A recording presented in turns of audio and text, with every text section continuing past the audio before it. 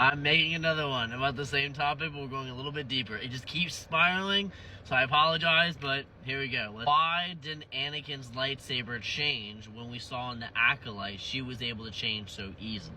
In the Out of Answer universe, as I said in the video prior, is that the rules were not established at that point. The lightsaber bleeding is a new Disney lore effect. I don't want to say new because it's been out since like 2017. But a lot of people liked it, and a lot of people didn't really get like too skeptical about it and just kind of let it go. And I'm one of them. I think it's kind of a neat idea, and the rules aren't really super in tune, not very detailed, so it kind of works. In Universe Answer, it gets a little dicey, and let's bring it back a little bit. So the purpose of having multiple lightsaber colors used to be traditionally into what kind of a Jedi you'd be. Not that you could change or be different, or that's the solid, this is what your job's going to be, but what the Force and your attitudes were up to that point. It used to be a Jedi test. You see, so like you can see this in the comics, you can see it in some books, they make references, especially in the Clone Wars. You saw the whole test take place in the Knights of the Old Republic game, my favorite Star Wars game of all time. I personally think it's the GOAT, but that's just me.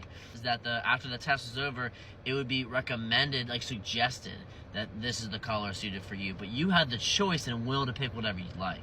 So let me break down into every single one. So the first one is blue. If you're blue, it was known as a Jedi Guardian, meaning that you were very good or proficient with lightsaber combat, and from being strong on the Force and your lightsaber capabilities, that was more of your expertise. You can see this in Anakin, you can see it in Obi-Wan, you can see it in a few others. You can see that they're more battle tactic and more aggressive than they are with the Force. Green, which would be more Force sensitive, which would be the Jedi Counselor. Now, I'm not saying that any of these have a hierarchy, just the style of you are as a Jedi.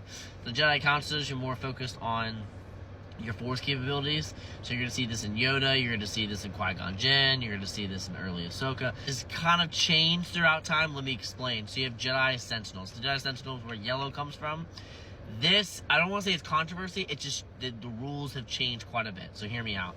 So traditionally, Jedi Sentinel was a third class of Jedi, meaning you're proficient in both lightsaber combat and the Force, but you had a stronger resistance for the dark side, so you can be outside, more like you could be a secret agent if you want to be a Jedi Shadow, or it could be a tech. Basically, you really could get into it. Most notable person before the change, Bastila Shan was definitely one. Again, Knights of the Old Republic.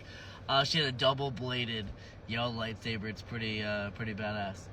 Now, what changed about it is when you get closer to more modern times, it became more of the Sentinels kind of lost their place. Being like the Jedi Guards, and they're having the mask, and you're having the lightsabers, and just that's their main position. When Disney took over, they liked the yellow lightsaber ability and definitely just how it looks. I don't blame them. I think it looks really cool. So they took that and made it, when they made their own era into that blank period in between Darth Bane and Phantom Menace, when they had their whole High Republic, and we're going to have all these different eccentric colors. It looks really cool, don't get me wrong. I'm not trying to crap on it.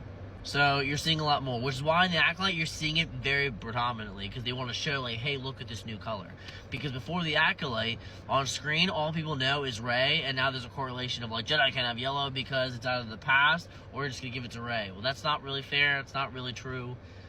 That's the breakdown of it. When it comes to the overall topic of Anakin having it, if you read the book, and I know a lot of people don't want to read, but what makes the third book really interesting, the Revenge of the Sith novelization, it's basically the full script of what George Lucas originally planned. The book, it definitely dives in more into Anakin's psyche throughout the entire experience, and when it comes to his turn into Darth Vader, it's more psychological and Force. You can feel this, like, dragon ambience, but it's really himself. It's really interesting. You can feel the versions within himself, which is why him and the twins are very different. I will explain that in another video, I promise.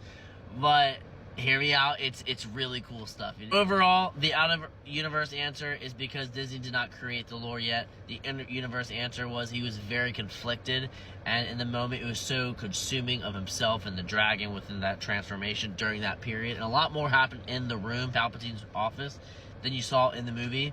So he still was conflicted. And until the fight with Obi-Wan, that's when the true change became final, which I found really interesting. And again, the book describes it very well, but in the movies explaining it to fans who haven't read it, what makes it more interesting is that as a Jedi, your final test is to face a dark side user. Usually it's like a mimic or Tajori imitating your fear. It's really interesting. But with that moment, Anakin was fighting Obi-Wan, his master, and he's reflecting his rage. So as the fight goes on, he gets angrier and angrier and more. So he's very confused, which just makes Darth Vader more tragic.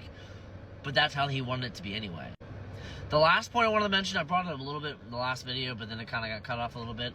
So in traditional lore, I should say, that Jedi, one of the final pieces of your journey before you become a Jedi Knight, you have a pilgrimage to the planet Ilum, where you go into these caves and have the Force, and you select your own Kyber crystal. It's really interesting, and again, like, you still take the test afterwards or before to really like figure out which one you need. But that whole pilgrimage is a thing. Now, for the Sith, it makes sense with the bleeding, and you can corrupt things, especially when you see Ahsoka, like, she purifies it to make the white crystals.